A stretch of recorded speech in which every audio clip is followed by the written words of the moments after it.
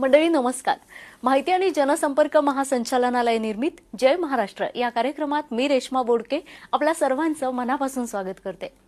मंडळी, नुकताच 10वी आणि 12वीचा निकाल लागलाय आणि निकाल लागल्यानंतर आता पुढे काय हाच प्रश्न सर्व विद्यार्थी आणि पालकांना पडलेला असतो.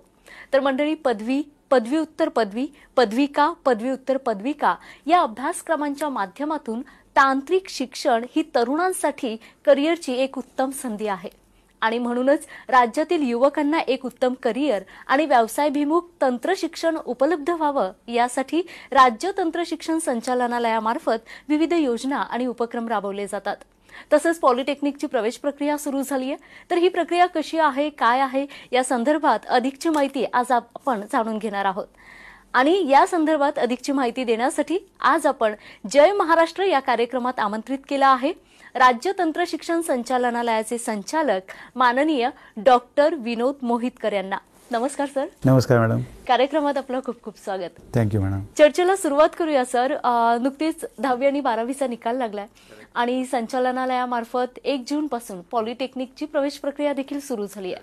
तर ही प्रवेश प्रक्रिया नेमकी काय आहे, कशी आहे या संदर्भात सांगा. आम्ही 1 जून पासून म्हणजे आपला 10वीचा निकाल यावेळी 2 जूनला लागला. त्याच्या 1 दिवस आधी वेब ब्राउझर आणि मोबाईल ॲप या 2 प्रणालीमार्फत, मोबाईल ॲप आपण याच वर्षी डेव्हलप केलेली आहे. या 2 प्रणालीमार्फत आपण विद्यार्थ्यांचं म्हणजे 10वी उत्तीर्ण झालेल्या विद्यार्थ्यांचं रजिस्ट्रेशन सुरू केलेलं आहे.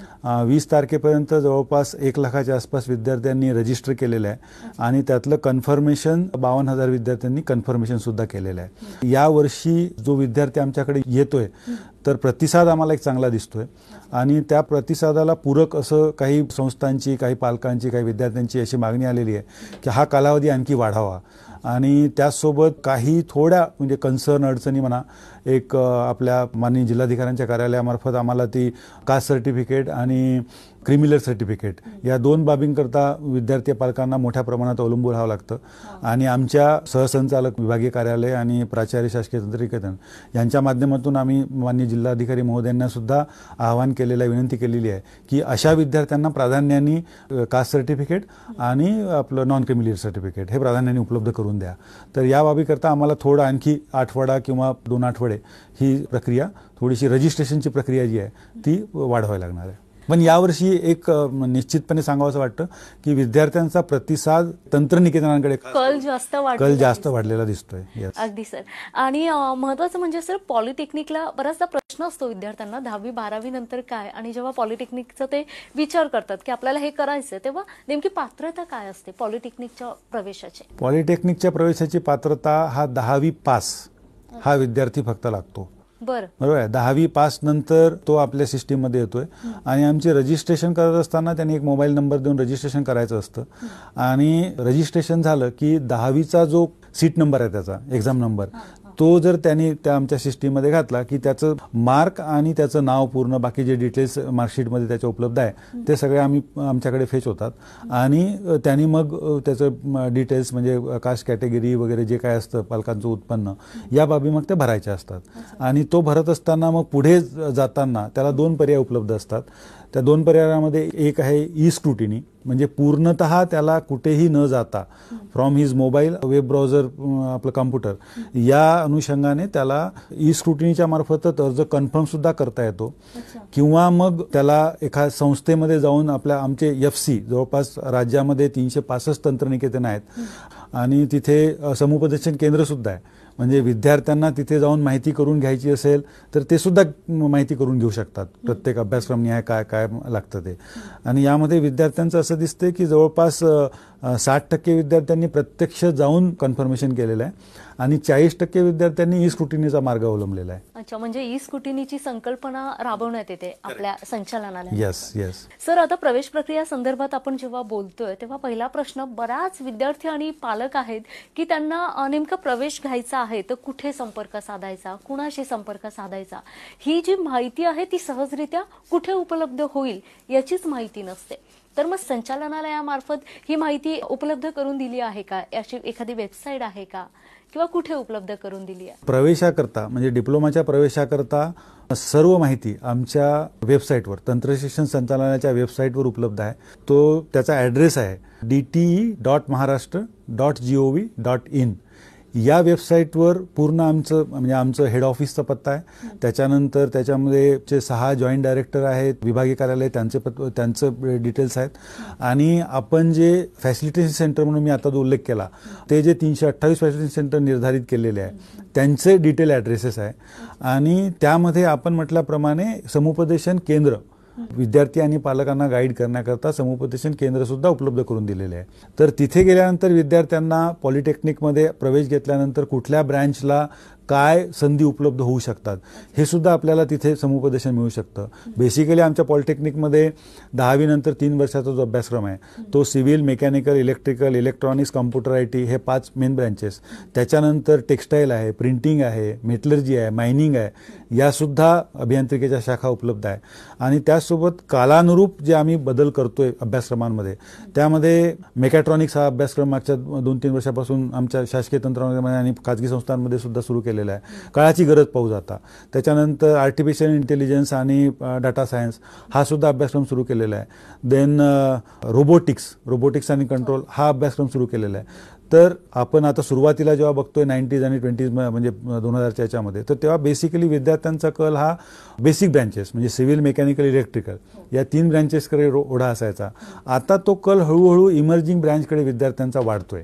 म्हणजे computer, IT, data science, IoT या ब्रँचेसकडे, मेकॅट्रॉनिक्स या ब्रँचेसकडे विद्यार्थ्यांचा आणि पालकांचा कल वाढतो आहे. त्या अनुषंगाने सुसंगत अभ्यासक्रमामध्ये बदल सुद्धा आम्ही केलेले आहे. नक्की सर. तर विद्यार्थी मित्रांनो आणि पालकांनो, सरांनी सांगितल्याप्रमाणे जे संकेतस्थळ आपल्याला सांगितलं आहे, तर आपल्या या विभागाचं संचालनालयाचं जे संकेतस्थळ आहे त्या संकेतस्थळावर प्रवेश प्रक्रिया आणि इतर माहिती तुम्हाला उपलब्ध सहजरित्या होऊ शकेल. सर, पॉलिटेक्निकमध्ये इंग्रजी आणि मराठी या दोन्ही माध्यमातून शिकवलं जातं माझ्या माहितीनुसार. तर सर, हे कोणते अभ्यासक्रम आहेत ज्यामध्ये दोन्ही माध्यमांचा वापर केला जातो आणि हे कुठे शिकवले? हे अभियांत्रिकेचे 10वी नंतर 3 वर्षाचे अभ्यासक्रम आहे, ज्यांच्या आत्ता मी नावं सांगितले. त्या सर्व ब्रँचेसमध्ये शैक्षणिक वर्ष 21-22 पासून आम्ही टप्प्याटप्प्याने, म्हणजे त्या अनुषंगाने संस्थांचं बेसिकली ॲफिलिएशन होत असताना त्यांच्याकडे उपलब्ध असणारे टीचर, त्यांच्याकडे उपलब्ध असणारी सुविधा या अनुषंगाने आम्ही ऑप्शन्स घेतले. आणि त्यांना मराठीमध्ये करिक्युलम किती संस्थांना राबवायचा आहे आणि त्यामध्ये कोणत्या अभ्यासक्रमाला मराठीमध्ये करिक्युलम राबवायचा आहे. आता मराठी म्हणजे पूर्णतः ते द्विभाषिक असतं. काही शब्द जे असे आहे ते इंग्लिशमध्ये मुलांना जास्त चांगल्या प्रकारे समजतात. फॉर एक्झाम्पल फोर्स हा शब्द चांगला लोकांना कळतो, पण आता मराठी त्याचं भाषांतर केल्यानंतर तेवढं पटकन समजणार नाही. दाब म्हटलं की ते जरा वेगळं काहीतरी वाटतं. तर त्या अनुषंगाने असं एक व्यावहारिक मराठी अनुवादन आम्ही केलेलं आहे पुस्तकांचं. AICTE सुद्धा केलं. आम्ही महाराष्ट्र राज्य तंत्रशिक्षण मंडळामार्फत सुद्धा जवळपास 50% अभ्यासक्रमांचे लर्निंग मटेरियल मराठीमधून उपलब्ध करून दिलेलं आहे. आणि मला सांगायला आनंद होतोय की यामध्ये जवळपास 40% संस्थांनी हा पर्याय स्वीकारलेला आहे. आणि त्यामध्ये शिकणारे जे विद्यार्थी, आता द्वितीय वर्षात आमचे विद्यार्थी त्यामध्ये शिकत आहेत, तर जवळपास 38% विद्यार्थी या मराठी माध्यमातून शिकत आहेत. आणि त्याचा परिणाम एक चांगला असा होतोय की ग्रामीण भागातल्या विद्यार्थ्यांना काही संकल्पना समजून घेणं थोडंसं इंग्लिशमध्ये जरा अवघड वाटतं, कारण 10वी पर्यंत तो मराठीमध्ये शिकलेला असतो.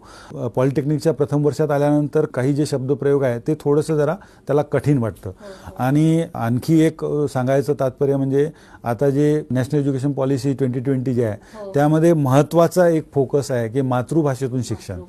तर आपण हे मातृभाषेतलं शिक्षण जे आहे ऑलरेडी आम्ही प्रमोट केलंय 21-22 शैक्षणिक वर्षापासून, आणि त्याचा प्रतिसाद चांगला आहे. आणि ग्रामीण भागातल्या विद्यार्थ्यांकरता खास करून याचा चांगला उपयोग होतोय. मराठी आणि इंग्रजी दोन्ही माध्यमातून आपण जेव्हा शिकतो, अगदी मातृभाषेतून जेव्हा आपण शिकतो, तेव्हा संकल्पना देखील आपल्या पटकन स्पष्टही होतात, नाही का?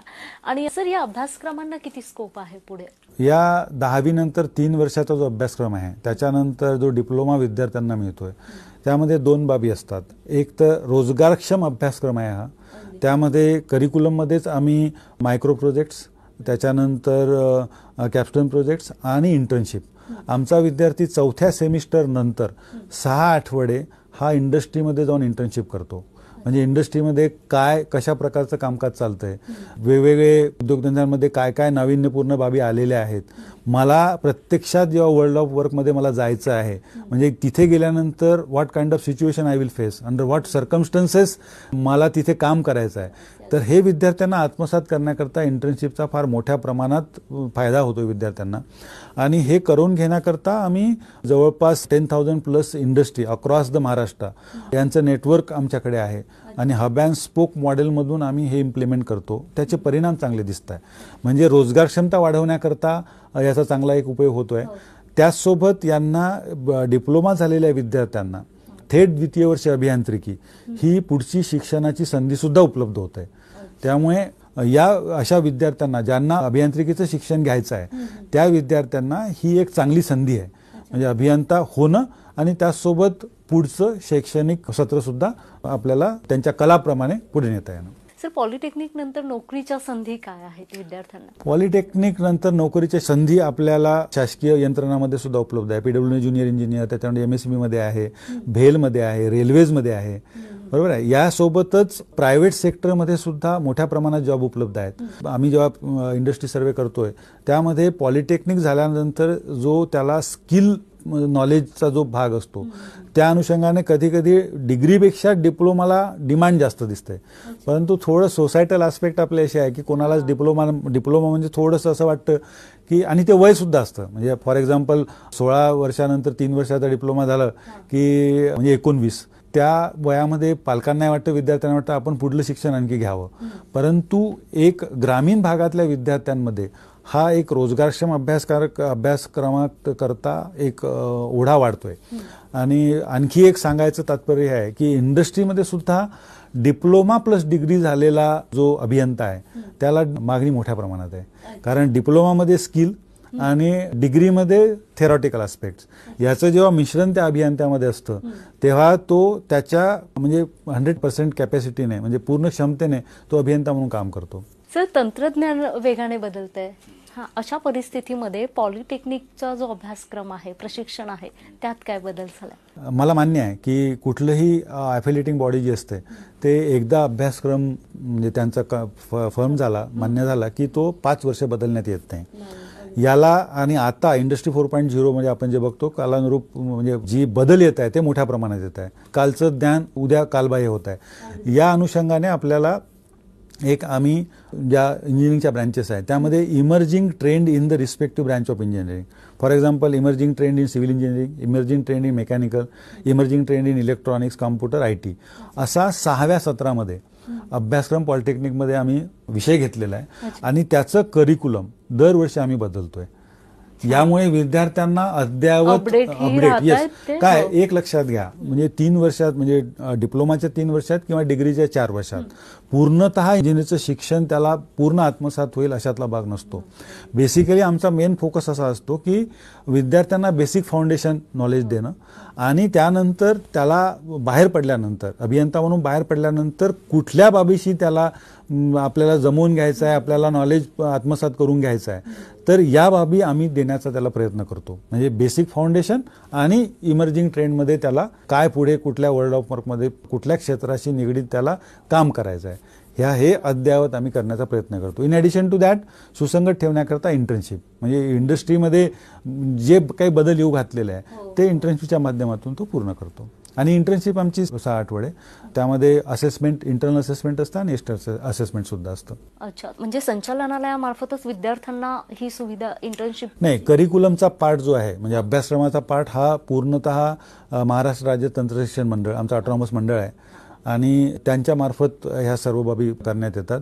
मी before taking over the charge as director DT I was serving there as a director for 5 years and secretary for 5 years. त्यामुळे या अभ्यासक्रमाच्या ज्या बाबी आहे त्या मला इन अँड आउट सर्व माहिती आहे. अच्छा सर, 10वी आणि 12वी नंतरचे कोणकोणते अभ्यासक्रम आपल्याकडे आहेत? 10वी नंतर 3 वर्षाचा अभियांत्रिकी डिप्लोमा, त्याच्यानंतर 12वी नंतर आपल्याकडे डिप्लोमाला डायरेक्ट सेकंडरीला येता येतं, ते ऍडमिशन सुद्धा होतात. तर 12वी सायन्स आणि 12वी व्होकेशनल प्लस 10वी नंतर जे 2 वर्ष डिप्लोमा केलेले विद्यार्थी आहे ते सुद्धा आपल्याला थेट द्वितीय वर्ष 12वी नंतर येऊ शकतात. त्याच्यानंतर आपला सरफेस कोटिंगचा 12वी नंतरचा एक डिप्लोमा आहे. त्याच्यानंतर HMCTचा 12वी नंतर 3 वर्षाचा डिप्लोमा आहे. तो 5 संस्थांमध्ये आपण इम्प्लिमेंट करतो. 300 इंटेक कॅपॅसिटी आहे. HMCTचा डिप्लोमा सर्व्हिस सेक्टरमध्ये विद्यार्थ्यांना काम करण्याकरता एक चांगला उपयुक्त पर्याय आहे. तुम्ही मोबाईल ॲप सुरू केलाय सर, तर त्याविषयी आम्हाला जाणून घ्यायला आवडेल. काय विद्यार्थ्यांना आजकाल मोबाईल म्हणजे फार हँडी इन्स्ट्रुमेंट वाटतं विद्यार्थी आणि पालकांना.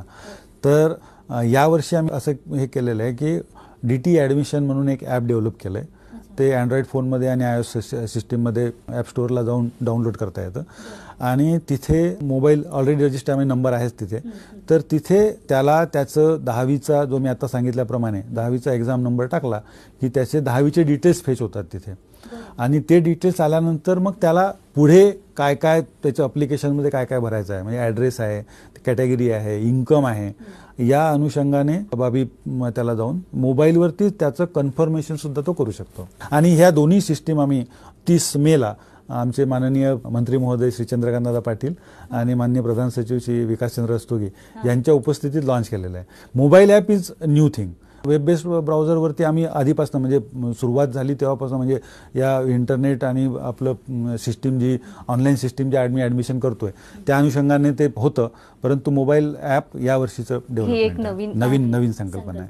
विद्यार्थी प्लेसमेंट आणि अध्यापकांचं प्रशिक्षण यावर संचालनालय कसं भर देत आहे? विद्यार्थी प्लेसमेंटवरती आधी येतो. विद्यार्थी प्लेसमेंट प्रत्येक तंत्रनिकेतनामध्ये एक प्लेसमेंट सेल असतं.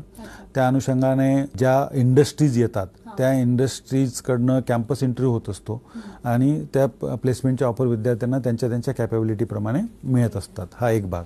अध्यापकांच्या प्रशिक्षणाकरता आम्ही तंत्रशिक्षण मंडळामार्फत आणि संचालनामार्फत दोन्ही मार्फत आम्ही प्रयत्न करतोय. म्हणजे ज्या नामांकित इंडस्ट्री आहे, L&T आहे, सिमेन्स आहे, त्याच्यानंतर अडाणी आहे, तर या सर्व मोठ्या मोठ्या इंडस्ट्रीमध्ये त्यांचा CSR वापरून आपण आणि त्यांची एक्सपर्टाईज वापरून आपण 3 दिवस 5 दिवस असं मॉड्यूल वर्कआउट करतो आणि तिथे अध्यापकांना प्रशिक्षणाकरता पाठवतो. यासोबतच एक फार चांगली सुविधा महाराष्ट्र सरकारने स्थापन केलेली आहे. MSFD आहे, Maharashtra state faculty development authority. ही पुण्याला आहे आणि तिथे सुद्धा उच्च व तंत्रशिक्षण विभागांतर्गत जे अध्यापक येतात त्या सर्वांना प्रशिक्षणाची सुविधा तिथे सुद्धा उपलब्ध करून दिलेली आहे. म्हणजे विद्यार्थ्यांसोबत अध्यापकांना सुद्धा प्रशिक्षण देणं हे सुद्धा काळाची गरज आहे. कारण विद्यार्थ्यांना प्रशिक्षित करत असताना शिक्षक सुद्धा तेवढेच अपडेटेड पाहिजे, हे महत्वाचं आहे. नक्की सर. सर, राज्यात नवीन राष्ट्रीय शैक्षणिक धोरण 2020 याची अंमलबजावणी करण्यात येत आहे, तर तंत्रशिक्षण विभागामार्फत तर त्यावर कशी कार्यवाही केली जाते? महाराष्ट्र राज्याने म्हणजे 6 डिसेंबर 2022ला प्रथम शासकीय निर्देश निर्गमित केला आणि त्यानंतर 20 एप्रिल 2023ला दुसरा शासन निर्णय काढला. त्यानंतर एक PG करता काढलेला होता. त्यामध्ये एक अधोरेखित केलेलं होतं की शैक्षणिक वर्ष 23-24 या वर्षापासून प्रथम वर्षापासून टप्प्याटप्प्याने NEP 2020चं इम्प्लिमेंटेशन करायला पाहिजे. आणि त्यानंतर 8 आणि 9 जूनला माननीय मंत्री महोदय, सर्व मान्य कुलगुरू, सर्व विद्यापीठांचे आम्ही दोन्ही संचालक, मी आणि माझे कलिग डॉक्टर देवळणकर यांची एक सविस्तर चर्चासत्र घेतलंय आणि त्यामध्ये ऑन द बेसिस ऑफ म्हणजे कॅपॅबिलिटी आपली कशी आहे, कसं आपल्याला इम्प्लिमेंट करता येईल, त्या अनुषंगाने माननीय मंत्री महोदयांनी एक जाहीर केलंय की ऑटोनॉमस संस्था आणि युनिव्हर्सिटी डिपार्टमेंट आणि PG यामध्ये प्रथम टप्प्यात आपण शैक्षणिक वर्ष 23-24 पासून NEPची अंमलबजावणी करायची. आता याच अनुषंगाने आपण डिप्लोमाचा करिक्युलम करणारी बॉडी आहे MSBT, त्यांना सुद्धा निर्देशित केलेलं आहे. आणि इन ॲडिशन टू दॅट आपले जे प्रोफेशनल डिग्री इन्स्टिट्यूट्स आहे इंजिनिअरिंगच्या, त्यांचं आम्ही आता वर्कशॉप 23 तारखेला मुंबईतच घेतोय आणि त्यांना सुद्धा गाईडलाईन्स स्वरूपात आपण सांगतोय की या येणाऱ्या शैक्षणिक वर्षापासून आपल्याला NEP 2020 या प्रोफेशनल अभ्यासक्रमामध्ये इम्प्लिमेंट करायचं आहे. संचालनालयामार्फत हे जे गुणवत्ता आहे तर त्याची खात्री तुम्ही कशी करता? गुणवत्तेबाबत आम्ही दुहेरी प्रयत्न करतो. एक नॅशनल बोर्ड ऑफ ॲक्रेडिटेशन म्हणजे नामांकन प्राप्त करून घेण्याकरता सर्व संस्थांना प्रोत्साहन करतो आणि ते नामांकन मिळवण्याकरता त्यांना गाईडलाईन्स देऊन त्यांना निर्देशित करून त्यांचा अर्ज NBAकडे सादर करून ती प्रक्रिया पूर्ण करून ॲक्रेडिटेशन मिळवण्याकरता त्यांना आमचं प्रोत्साहन आणि निर्देश दोन्ही असतं. यामध्ये जवळपास शासकीय संस्थांचं 32% जे अभ्यासक्रम आहेत त्यांचं ॲक्रेडिटेशन झालेलं आहे. अनुदानित 14% झालेलं आहे. ओव्हरऑल जेव्हा आपण बघतोय तेव्हा 12-14% ती आकडेवारी गेलेली आहे आणि पुन्हा ते सुरू राहणार आहे. याकरता शासनाने एक योजना आणखी आणलेली आहे, परिस्पर्श नावाची. म्हणजे ज्या संस्था मेंटर, म्हणजे ज्यांचं NBA अक्रेडिटेशन झालेलं आहे त्या मेंटर म्हणून ऍक्ट करतील आणि ज्यांचं करून घ्यायचं आहे त्या संस्था मेंटी म्हणून काम करतील. म्हणजे networking, sharing of knowledge, transfer of knowledge अशा प्रकारे ही परिस्पर्श योजना आहे. आणि त्यासोबतच आम्ही मंडळामार्फत एक काम करतो की दरवर्षी आम्ही मॉनिटरिंग करतो संस्थांचं, म्हणजे तपासणी. त्यामध्ये मॉनिटरिंग करून त्यामुळे व्हेरियस पॅरामीटर्स आहेत त्याचे, म्हणजे NBAच्या लाईन्सवरतीच आहे. त्यामध्ये ते संस्थांमध्ये असणारं इन्फ्रास्ट्रक्चर, तिथे असणारी अध्यापक मंडळी, त्यानंतर त्यांचं टीचिंग लर्निंग प्रोसेस कशी होते, उद्योगधंद्याच्या तज्ज्ञांचे व्याख्यानं किती प्रमाणात घेतले जातात, पासिंग रेट कसा आहे, परीक्षा पद्धती कशी असते. तर या अनुषंगाने आम्ही मग त्याचं तपासणी करून एक कॅटेगरी करतो, एक्सलंट टू पुअर. आणि त्यामध्ये जर पुअर असेल, म्हणजे 40% कमी प्रमाणात त्या संस्थेच्या अभ्यासक्रमांना दर्जा प्राप्त झाला असेल तर त्यांना आम्ही कायद्याअंतर्गत प्रोव्हिजन आहे आमच्या MSBTच्या, त्यांना नोटिसेस देतो आणि त्यांना डिॲफिलेट करतो. तर या दुहेरी माध्यमातून आम्ही क्वालिटी ॲश्युरन्स जो प्रकार आहे तो क्वालिटी ॲश्युरन्स मेकॅनिझम आम्ही इम्प्लिमेंट करतो. अच्छा सर, कार्यक्रमाची वेळ संपत आली आहे. जाता जाता आपले पॉलिटेक्निकचे विद्यार्थी आहेत, पालक आहेत आपले, जे आपल्या विद्यार्थ्यांना पॉलिटेक्निकमध्ये प्रवेश देणार आहेत, तर अशा पालकांना आणि विद्यार्थ्यांना आपण जाता जाता काय संदेश? एक महत्त्वाचा संदेश मी पालकांना आणि विद्यार्थ्यांना देऊ इच्छितो. बघा, 10वीचा निकाल लागल्यानंतर आपण अनेक वाटा शोधत असतो. विद्यार्थ्यांचा कल एक महत्त्वाची बाब आहे आणि विद्यार्थ्यांचा कल आणि त्याच्या कॅपॅबिलिटीज सगळ्यात महत्त्वाचं. ज्ञान आत्मसात करण्याकरता विद्यार्थी कॅपेबल असणं ते सुद्धा महत्त्वाचं आहे. आपण काय करतोय की एक फक्त काहीतरी सेलिंग द ड्रीम्स अशा प्रकारचे काही प्रकार सध्या होत आहेत. त्यामुळे माझा आपला सर्वांना, पालकांना आणि विद्यार्थ्यांना नम्र निवेदन आहे, आवाहन आहे, विनंती आहे की आपल्या कॅपॅबिलिटी ओळखून आपण, आणि आपल्याला अभियंता व्हायचं असेल तर हा डिप्लोमाचा एक चांगला पर्याय आहे आणि या पर्यायाला स्वीकृत करून आमच्या तंत्रनिकेतनांमध्ये प्रवेश घ्या. त्याकरता dt.maharashtra.gov.in या संकेतस्थळाला भेट द्या. आमचे जे पूर्ण राज्यभर विखुरलेले तंत्रनिकेतन आहे, शासकीय आहे, अनुदानित आहे आणि खाजगीसुद्धा आहे, त्यांच्यामध्ये भेट द्या. हे सर्व अभ्यासक्रम एकदा पुन्हा मी आत्ता जे सांगितलं त्या अनुषंगाने पुन्हा समजून घ्या आणि तंत्रनिकेतनामध्ये प्रवेश घेऊन भविष्य आपलं उज्ज्वल होईल. म्हणजे रोजगार क्षमता वाढवणे आणि पुढच्या शिक्षणाच्या दिशासुद्धा ओपन ठेवणे, या अनुषंगाने आपण कार्यवाही करा, असं माझं आपणा सर्वांना नम्र आवाहन आहे. धन्यवाद सर. आज वेळात वेळ काढून आपण कार्यक्रमात आलात आणि आपल्या विद्यार्थ्यांना, पालकांना खूप सखोल आणि सविस्तर माहिती दिली, त्याबद्दल आपले खूप खूप आभार. जय महाराष्ट्र, जय